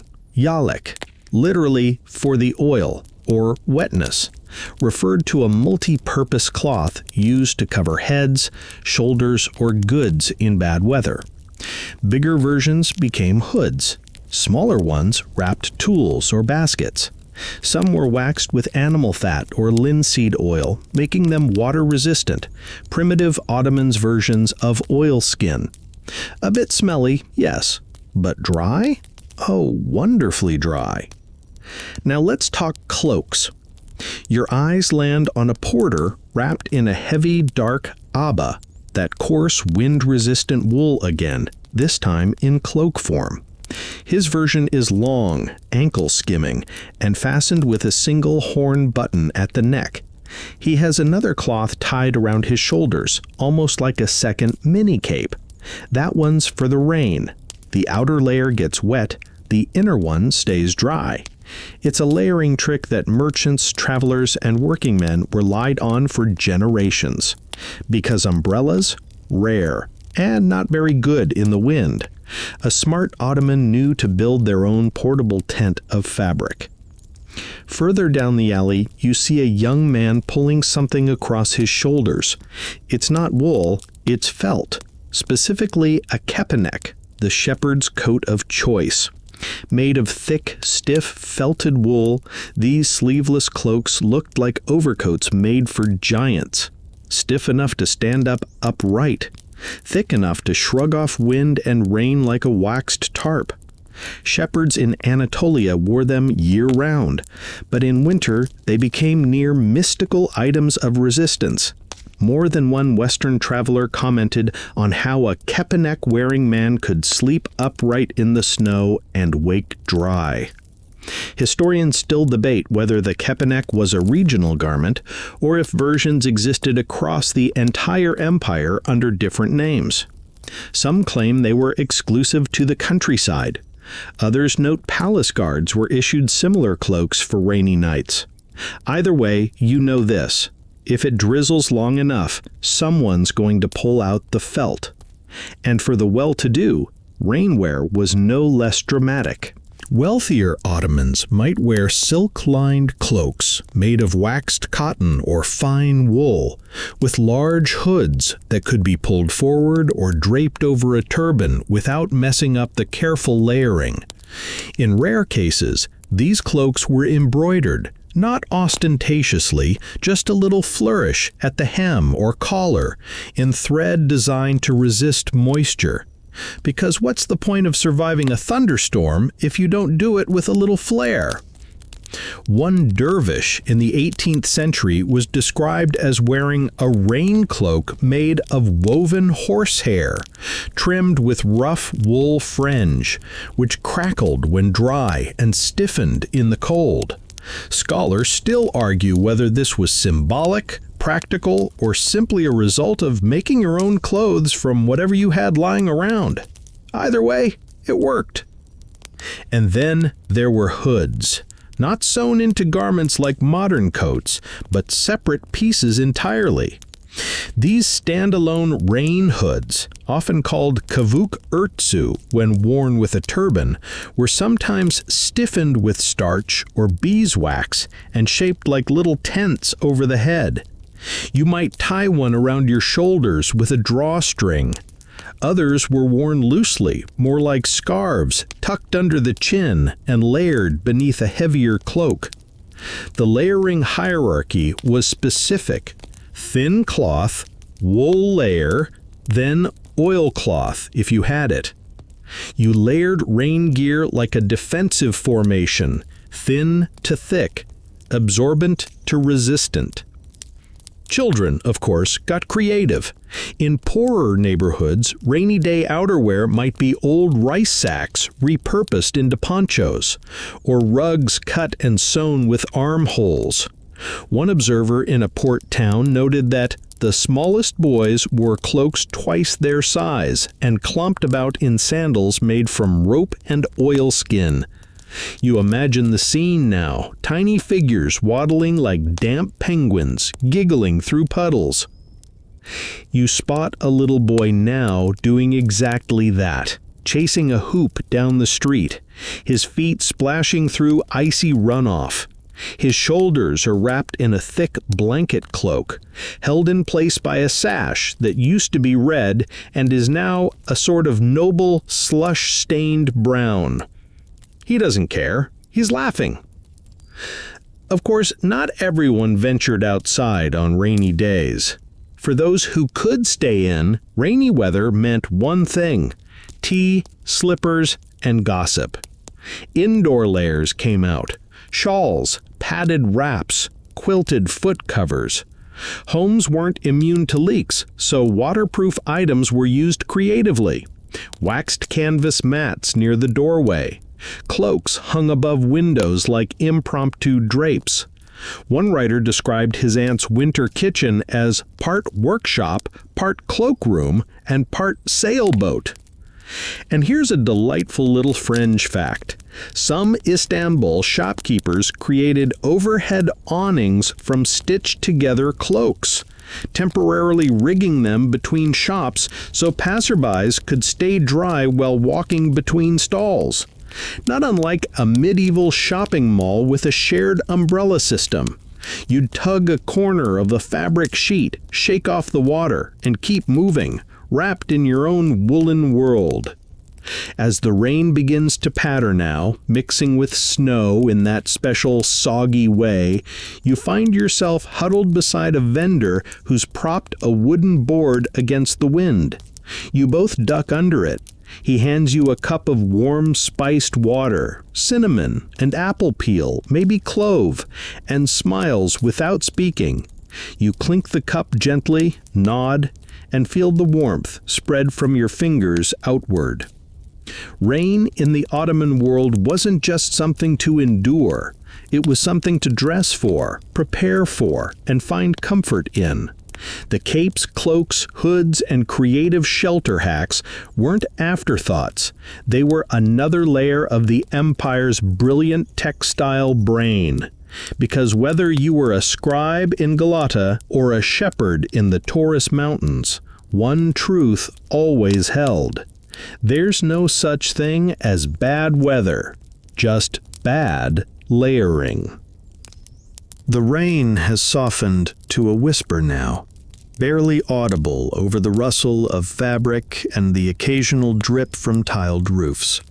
The city glistens, each puddle reflecting golden lamplight like little pieces of melted brass. You're walking slowly again, your robes heavy with warmth, your sleeves brushing the damp stone walls of the alley. And you notice something else drifting on the night air. Not snow, not fog, but fragrance. You turn the corner and walk right into it. Warm cloves, a trace of sandalwood, maybe even rose. It's subtle but unmistakable, and it's coming not from a shop or a food stall, but from the person walking past you. Because this, dear listener, is the part of Ottoman winter fashion that rarely gets the attention it deserves, the aromatic layer. A hidden world of scented linens, perfumed fabrics, and spicy secrets woven into the very clothes people wore. Now, if you're thinking, wait, they actually perfumed their clothing? The answer is a firm and glorious yes. Ottomans were deeply attuned to smell, not just as a luxury, but as a sign of refinement, cleanliness, and even piety. The winter wardrobe was no exception. In fact, the cold months offered a perfect stage for these quiet olfactory performances. Unlike in summer, where sweat could interfere, winter let the scents linger, settle, steep. You pass a tailor's stall now, its shutters closed, but on the wooden awning above hangs a sign carved with two words, kokubezi, literally scent cloth. These were tiny sachets of herbs and spices sewn into little linen pouches and stitched directly into garments, usually at the collar, inner sleeve, or near the chest. Some were pinned like talismans. Others were tucked between fabric layers, invisible but fragrant. What did they contain? Depends on the wearer. Popular choices included clove, cinnamon bark, lavender, and dried rose petals. Wealthier citizens had more exotic options: ambergris, musk, even oob-soaked wool fibers. The combination wasn't just personal preference, it was part of your textile identity. You didn't just look like someone from the imperial court, or a merchant's son, or a scholar, you smelled like it too. One historical record from a silk merchant in Bursa describes a winter caftan lined not only with cotton, but with a sewn-in strip of cloth soaked with rose water and saffron, dried and pressed between the quilted layers. So that the winter may arrive, but never without flowers, the note reads. You catch another waft now, less floral, more woodsy. A man walks past wearing a heavy wool cloak, and as it swings near you, it releases the faint scent of laurel and juniper. These were commonly used for warding off damp smells, especially in garments made from thicker, coarser wools. In homes without fireplaces, or with only one room heated, clothes could grow musty, so people stitched smell directly into the seams. Functional, subtle, almost magical. And sometimes these scenting practices weren't even personal, they were social. In bathhouses, for instance, linen towels, known as pestimel, were sometimes sprinkled with rose water or scented oils before being wrapped around a freshly bathed body. In wealthier hammams, it was common for attendants to carry bundles of aromatic cloth, linens washed in clove water and dried beside braziers burning myrrh or frankincense. Imagine stepping out of hot steam and being wrapped in a cloth that smelled like prayer. You pass a laundry courtyard now, stone tubs, half frozen, arranged like a low mosaic fountain. In a corner, linens hang from a cord stretched between two hooks. One's embroidered with little pomegranate flowers. Another has a faint stain of saffron yellow. A woman emerges from the nearby door, gently folding a pile of ich gumlei, inner shirts, pressing a small pouch of herbs between each one as she stacks them. A traditional practice, yes. A mother's habit, definitely. And it wasn't just clothes.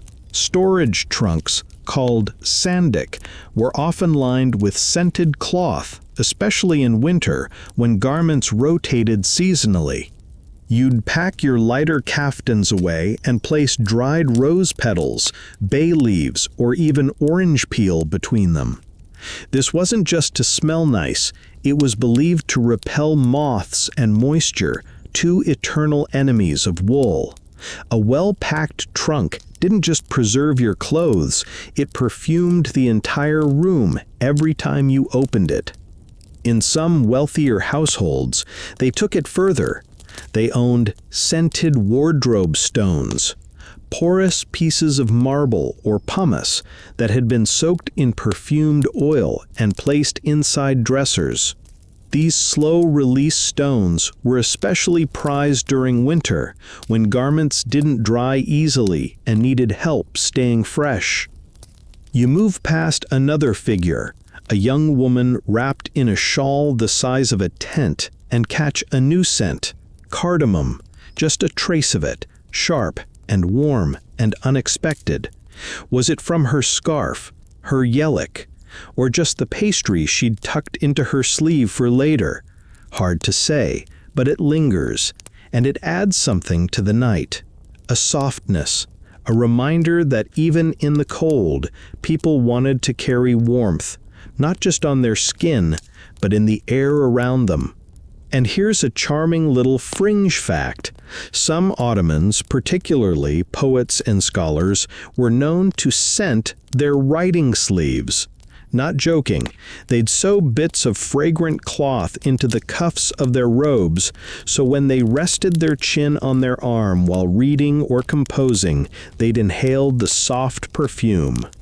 It was part comfort, part focus aid, part dreamy aesthetic. Scented solitude, if you will. You stop now near a quiet mosque courtyard, where the snow has paused again. The sky is low, heavy with silence.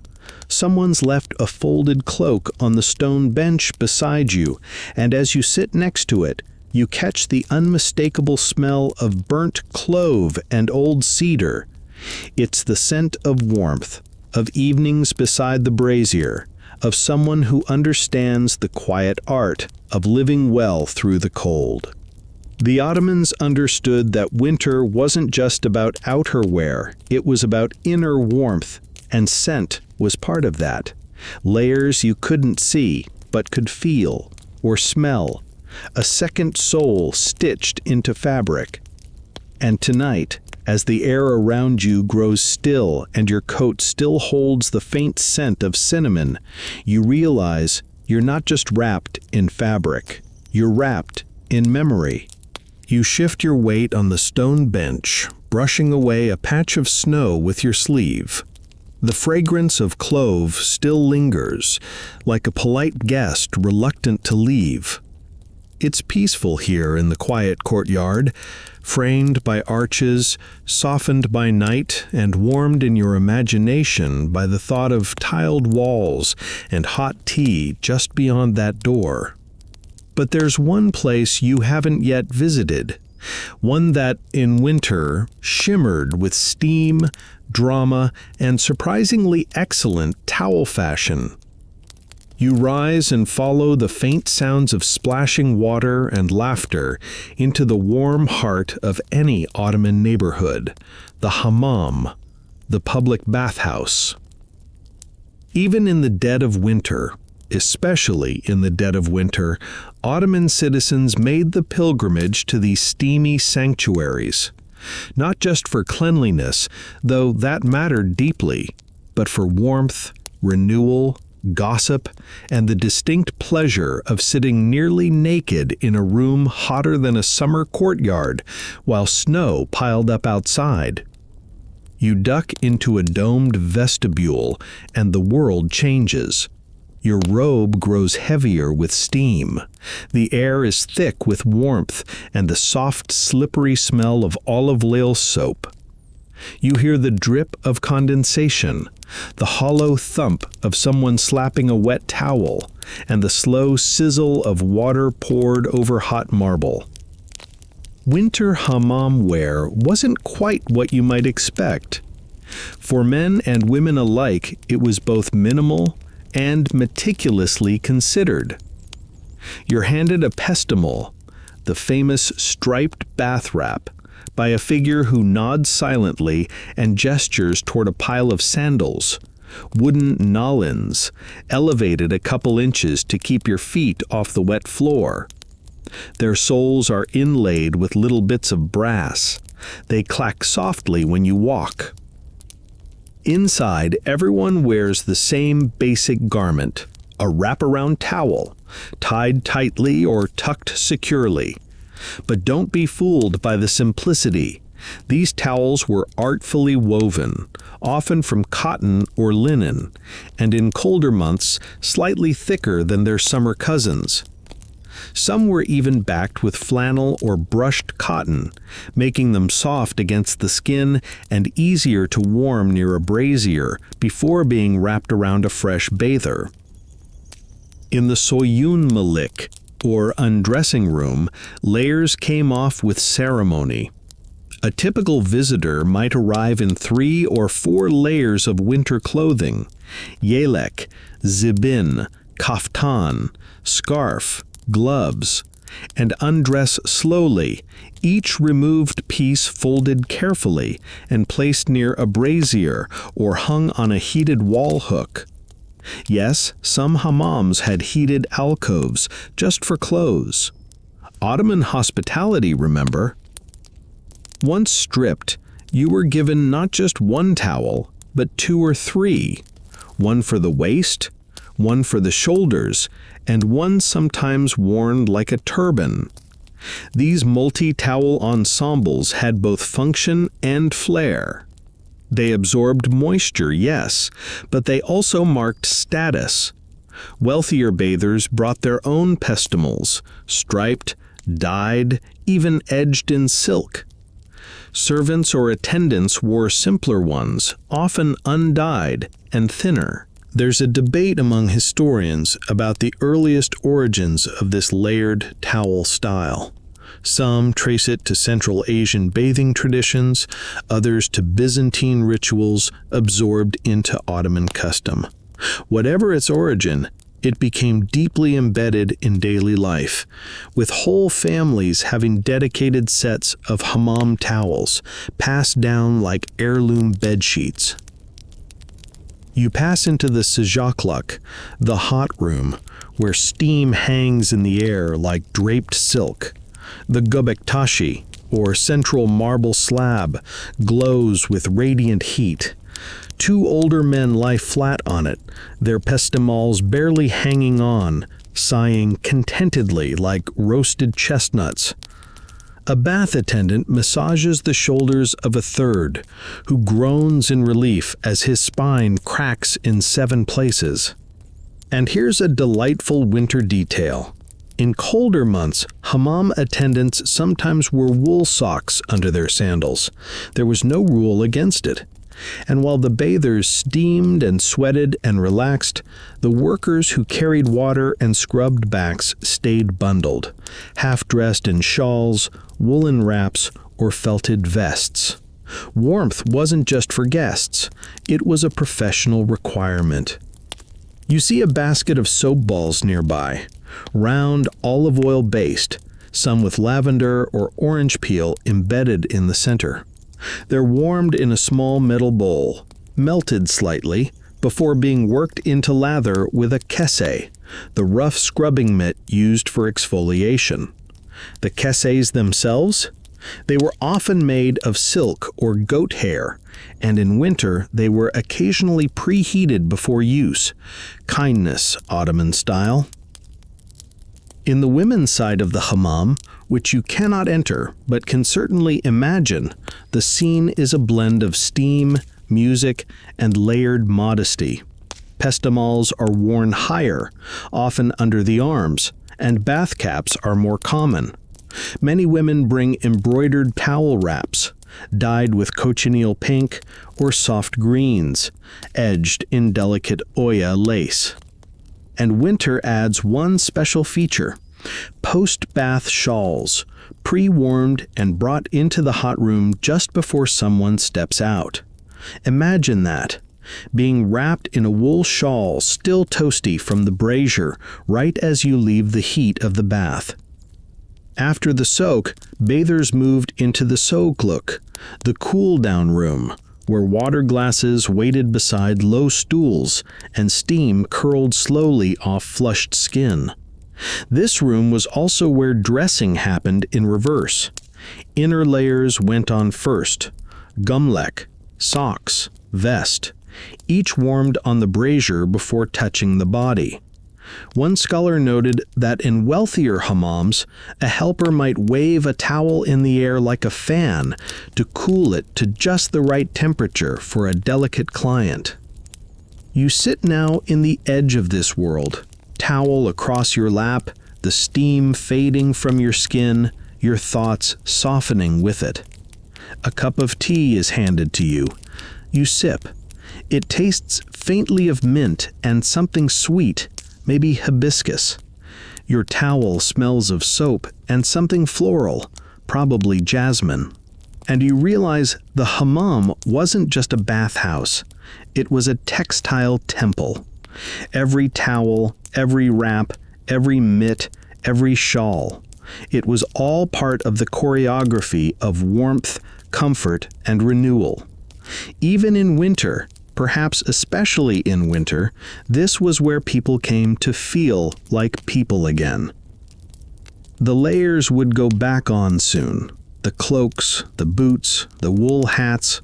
But for now, here in the mist and marble, the Ottomans wore nothing but heat, scent, and serenity. You step out of the hammam and back into the night air. It hits you like a sigh. Cool, crisp, just shy of biting. But your skin still holds the heat of the steam, and for the first few steps, you feel invincible. The snow has paused again, leaving the streets slick and glistening, as if someone dusted the city with pearl powder and candle wax. You wrap your robe tighter.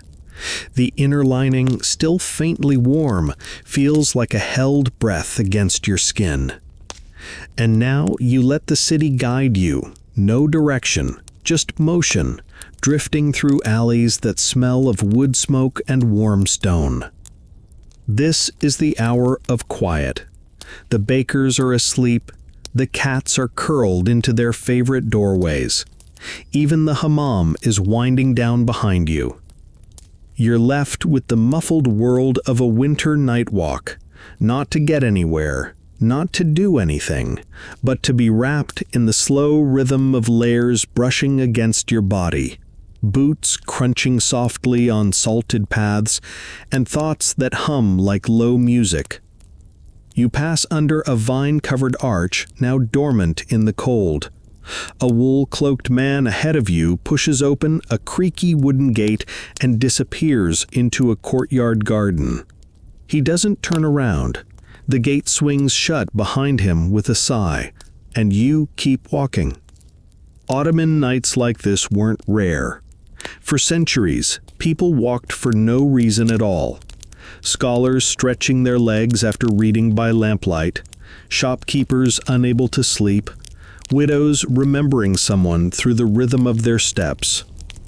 These were the nights where fashion had no audience, no function but comfort.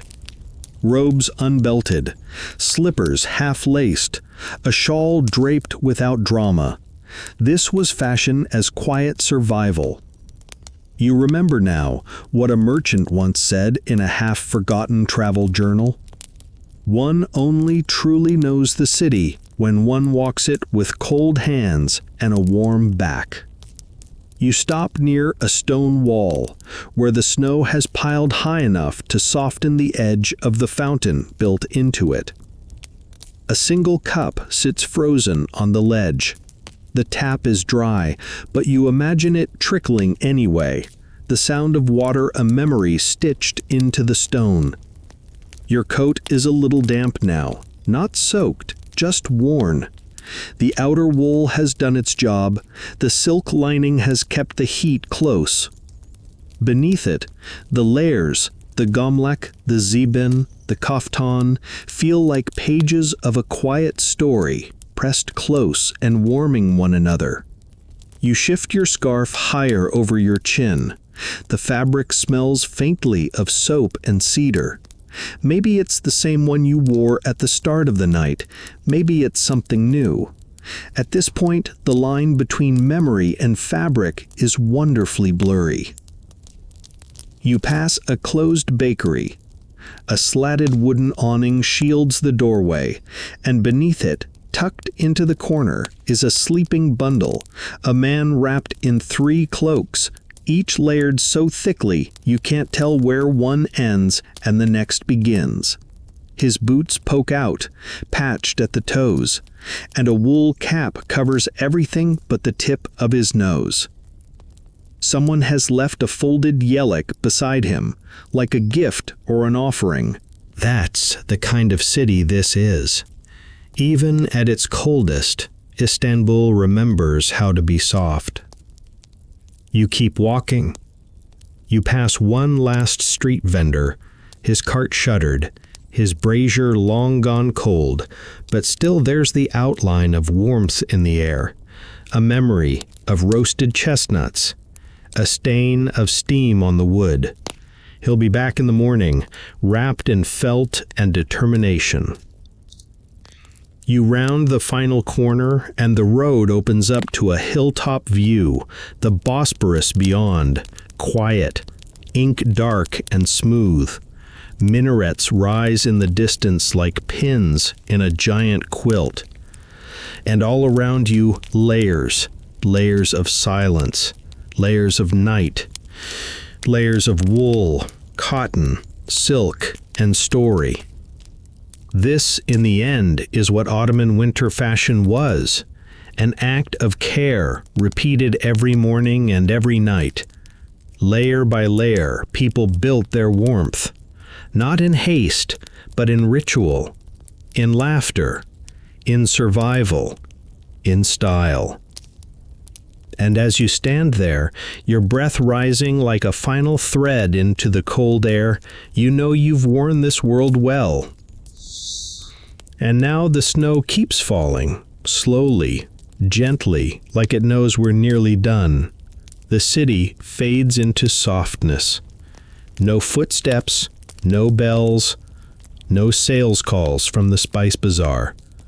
Just the quiet shuffle of wool against wool, the press of warm fabric across your chest, and the gentle weight of history resting with you like a final shawl drawn across your shoulders.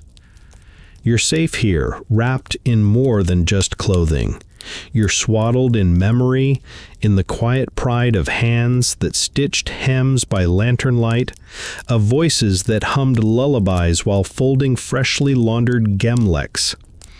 You're walking not just through a city, but through a texture, wool that smells of sheep and firewood, silk that sighs when touched, cotton that carries the scent of rosewater from a bath taken long ago.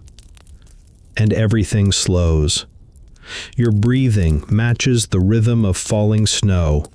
Your limbs sink into imagined cushions, quilts, layers of warmth stitched by centuries of care. Let go now. Let the kaftan slip from your shoulders, the scarf pool in your lap, the slippers rest beneath your toes. You've walked far. You've dressed well. You've lived an evening in the soft folds of a forgotten world.